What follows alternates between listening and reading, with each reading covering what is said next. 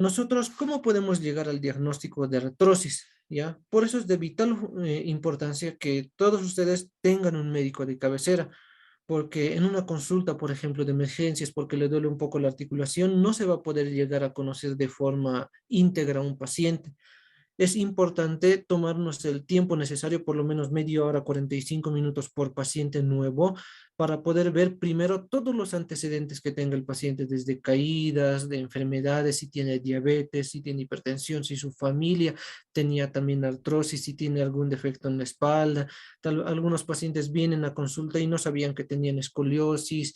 Entonces se tiene que saber todos los antecedentes familiares, si fuma, si no fuma, si consume bebidas alcohólicas, todo suma para llegar al diagnóstico de artrosis. En segundo lugar, los síntomas. Los síntomas que hemos mencionado, que es el dolor articular, el crujido, que aparezcan estos nódulos asociado al antecedente de que ya tenían desgarro de ligamentos o tendinitis. En tercer lugar, tenemos que saber desde cuándo le está doliendo. Por eso es fundamental que cuando vayan a consulta o consulten con su médico, les digan exactamente o lo más cerca posible desde cuándo les duele, porque no es lo mismo que le duele hace 2, 3 días o hace una semana que le duela ya 2, 3, 5 meses o un año. Y finalmente tiene que ser un examen físico integral, no solo de la rodilla o del área en que le duele. Tiene que ser un examen físico de todo el cuerpo, porque si tiene artrosis en una sola articulación, puede ser que también tenga en otra parte del cuerpo. Ahora, el diagnóstico de artrosis sobre todo se basa en estos puntos de los antecedentes, síntomas del tiempo de la enfermedad, del examen físico, de la entrevista que tengamos con el paciente.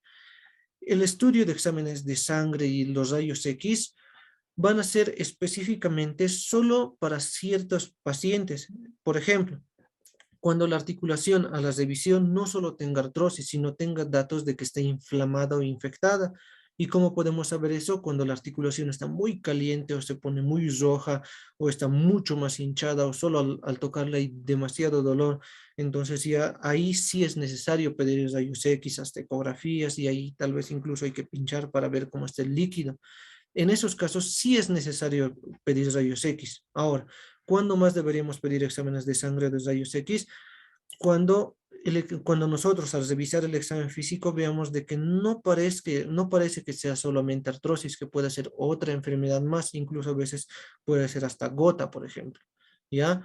Y si nosotros les damos el tratamiento, pero a pesar del tratamiento el dolor siga persistiendo y no mejore, entonces en esos casos sí hay que buscar porque muchas veces aparecen esos como dientecitos que han visto que se llaman los osteofitos o los nódulos que perjudican en el tratamiento de esta enfermedad.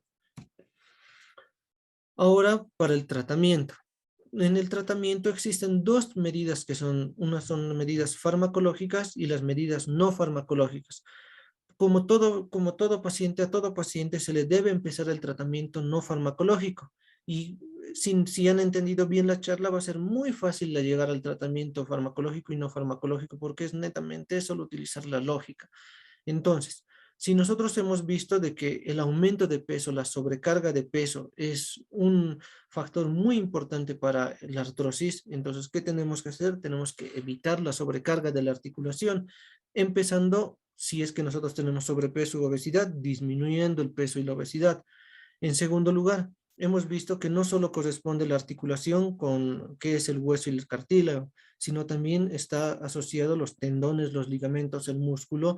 Entonces es muy importante hacer ejercicio, hacer fisioterapia. Tenemos que mejorar la fuerza de los músculos, porque si mejoramos la fuerza de los músculos, mejoramos también de los tendones, aumentamos la resistencia de esos ligamentos y damos más estabilidad a la articulación. En tercera, si digamos lastimosamente ya no se puede hacer más ejercicio, tenemos una articulación muy lastimada por la edad o por diversos factores, tenemos que ayudarnos con algún equipo extra. En este caso podemos utilizar bastones para que el peso extra que tenemos se transfiera también al bastón y no sobrecargar esta articulación. Y como estamos viendo, todo esto es en base a el por qué se ha hecho la artrosis. Si sabemos por qué se produce la artrosis, es muy fácil llegar al tratamiento no farmacológico, que son medidas básicas, ¿ya? Ahora, si el tratamiento no farmacológico no resulta, empezamos con el tratamiento farmacológico. En este caso, este tratamiento ya farmacológico es complementario. Este no nos va, sí o sí tiene que haber este tratamiento no farmacológico. El paciente tiene que ponerse bien enterado de que estas medidas son las que van a ayudar a su articulación y el tratamiento con medicamentos es solo complementario para aliviar el dolor.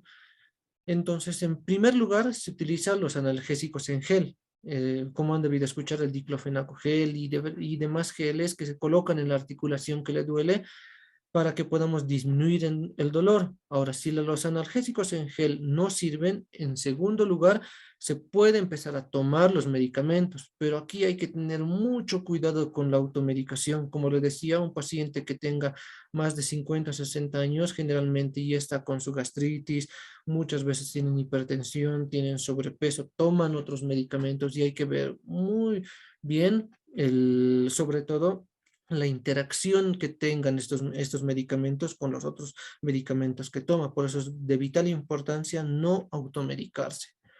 Y en tercer lugar, medicamentos que recién se han comprobado que sí hay eficacias, como hemos escuchado, es el colágeno y los glucosaminoglucanos. Les he mencionado al principio de la presentación de que la articulación estaba compuesta, el cartílago y el líquido sinovial, con unas estructuras por unas sustancias que se llaman los glucosaminoglucanos. Entonces, si les brindamos eso a la articulación, podemos ayudar un poco a preservar la articulación. Estos medicamentos, los glucosaminoglucanos, no mejoran la articulación, no curan el cartílago, pero sí ayudan a su protección. Ahora, el tratamiento farmacológico, existen muchos otros medicamentos y cuando nosotros hacíamos las campañas de artrosis nos preguntaban qué tipo de tratamiento utilizan, si se utiliza ozonoterapia, si se inyectan, si se realizan inyecciones de corticoides y demás. Pero estos tratamientos no están comprobados, no hay respaldo científico.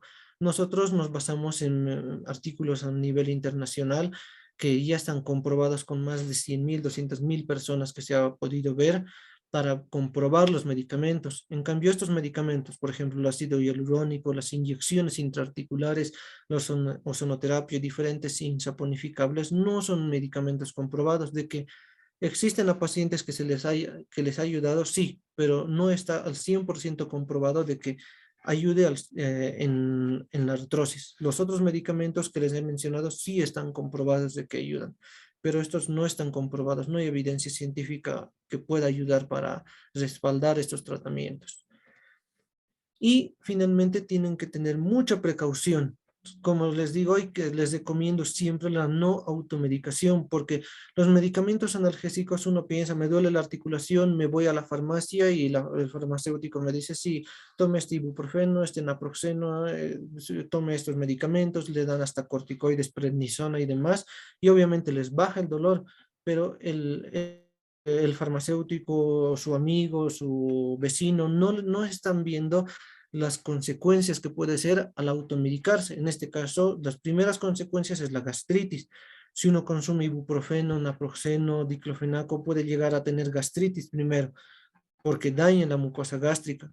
Posteriormente llega úlceras gástricas y de las úlceras hacen hemorragia y muchos pacientes vienen ya vomitando sangre o teniendo hemorragias digestivas muy graves por la automedicación. Otras características que puede producir la automedicación son las náuseas. Otra complicación grave es el daño en los riñones que producen los analgésicos. Y ahora si un paciente es hipertenso, que tomen estos analgésicos los diferentes tipos de analgésicos pueden hacer que eleve su presión hasta llegar a tener embolias. Entonces es muy importante la no automedicación y que su médico de cabecera lo conozca al 100% para poder saber el mejor analgésico que le puedan dar.